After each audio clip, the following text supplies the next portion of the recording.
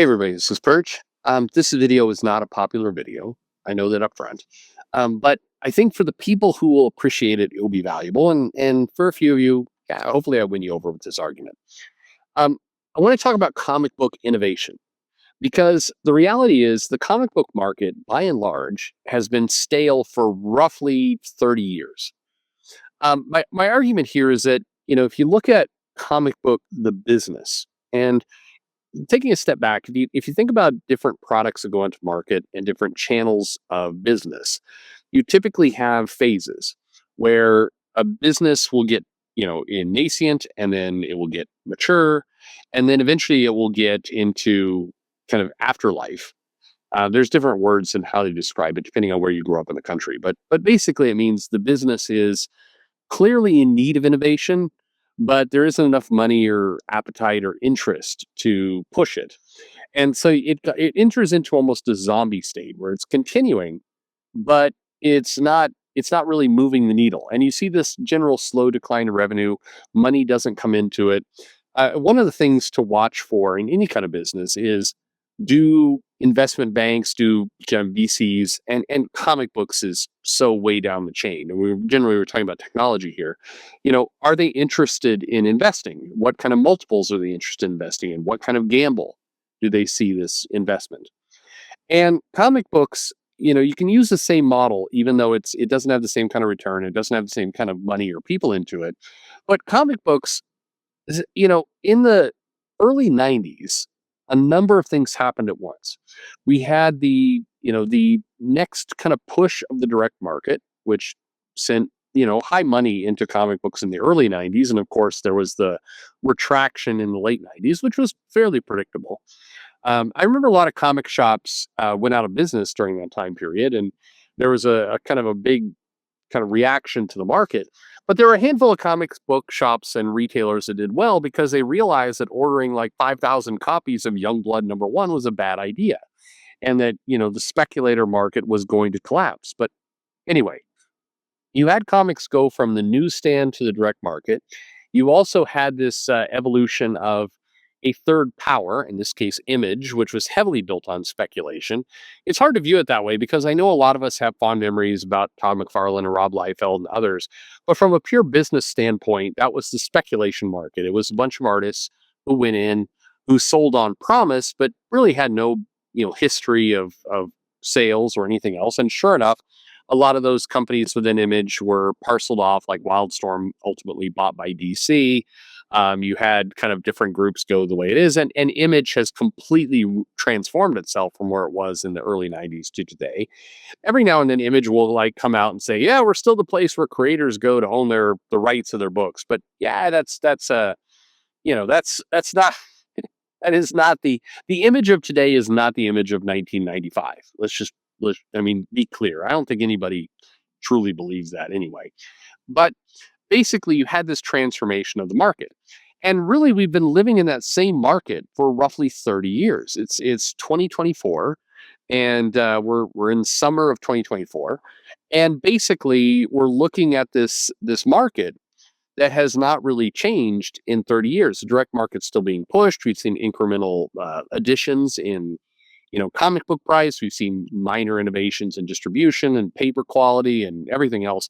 You could argue the biggest innovation, but it's definitely still in a nascent state. Sorry. So keep in mind that a lot of people are very high on crowdfunding, especially the people who are in it. This is very normal. Whenever you have a brand new business or business outcome, you have a bunch of people who are very excited about it. Take a look at cryptocurrency and the people roughly 5-6 years ago who were really pushing cryptocurrency.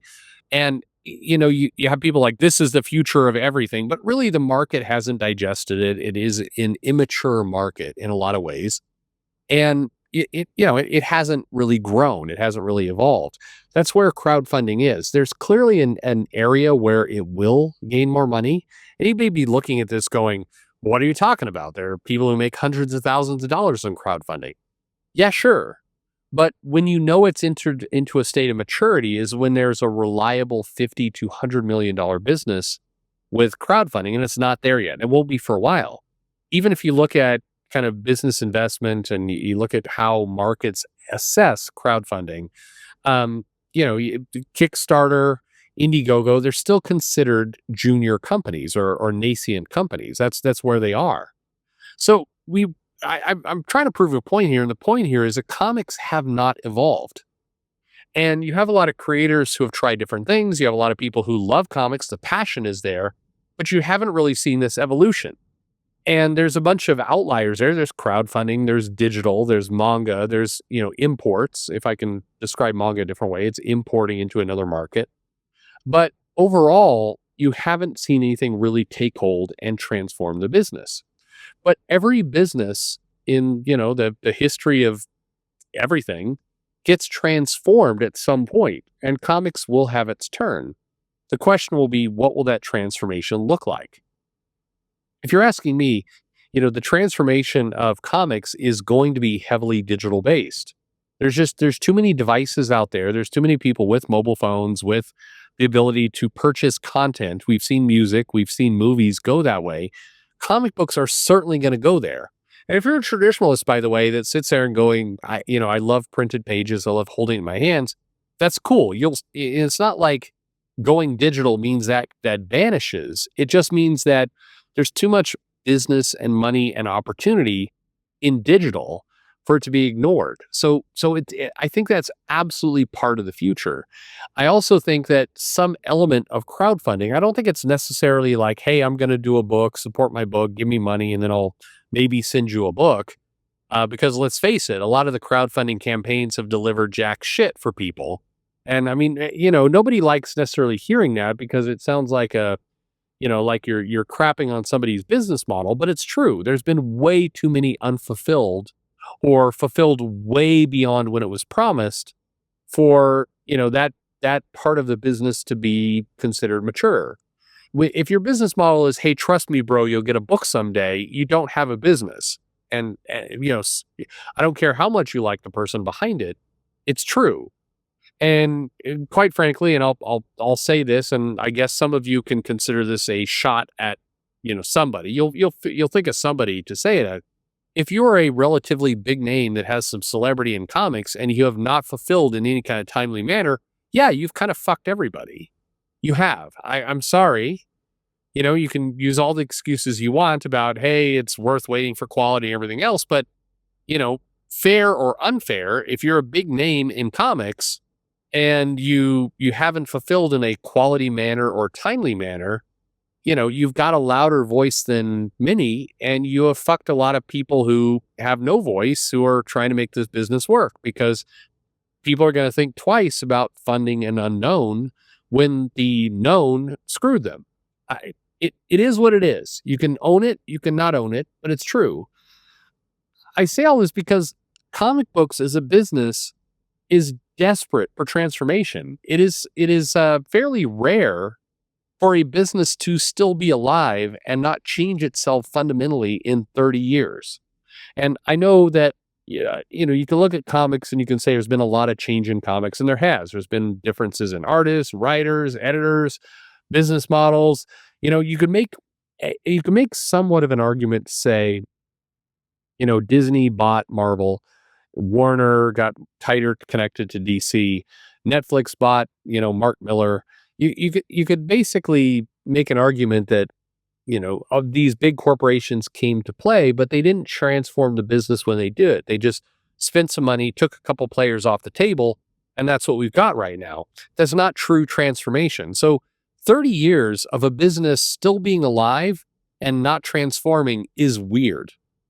I'll give you an example as an analogy.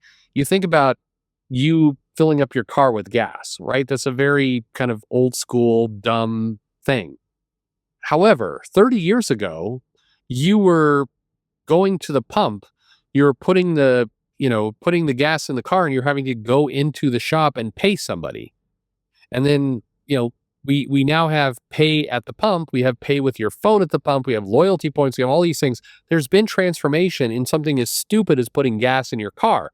There's been transformation in how you talk and text and message with your mobile phone versus a corded phone. Like, you've had transformation of the most benign, dumb things, and yet comics is still floating along as, completely dependent on a direct market, a cover price, comic shop gets box, comic shop takes comics out of box, puts it on shelf. Somebody has a pull box. I mean, how many times have you been to a comic shop and you have a pull box and you watch the guy behind the counter go to a weird little shelf where they've got like little drawers and they pull your comics out and hand them to you? Like, how is that still the same? This is abnormal. How many other things in your life? I mean, think about it. How many things in your life have not completely transformed? Have you ever thought, as you're sitting behind the wheel of your car, and you imagine, if I had this car 30, whatever car you currently drive, if you had it 30 years ago, you would be like a goddamn astronaut. People are like, your car can play music from your phone on your, like you wouldn't even be able to contemplate this. Shit, 30 years ago, I had a car, and in my car, I bought a CD changer where I was like the envy of all the people around me because I could put 10 CDs in a little box in the trunk and play them, and if I went over a bump in my car, the CD would skip, and this was considered the future. Like, you've seen huge evolution in every part of your life except comics. And that is so beyond fucked up. You have no idea. Every other part of media, once upon a time, you bought albums. Today, you buy hits. With movies, the question is, do I go see it in the theater, or do I wait like 8 weeks and I can stream it? Like, the idea of entertainment coming through little snippets in YouTube. I mean, we're debating if YouTube Shorts or TikTok are going to be a thing. Everything in entertainment has changed. Even books, old school books, you can still buy them in paper, and that should give, by the way, all the people who love comic books holding it in their hands as paper, should give you a lot of confidence and good feelings, because books still exist and people still buy them, but they also have audiobooks, they have Audible, they have a bunch of different ways of consuming books. My wife is currently part of a service where they take a book and they transcribe it down to a 5-minute snippet of the most critical parts of the book.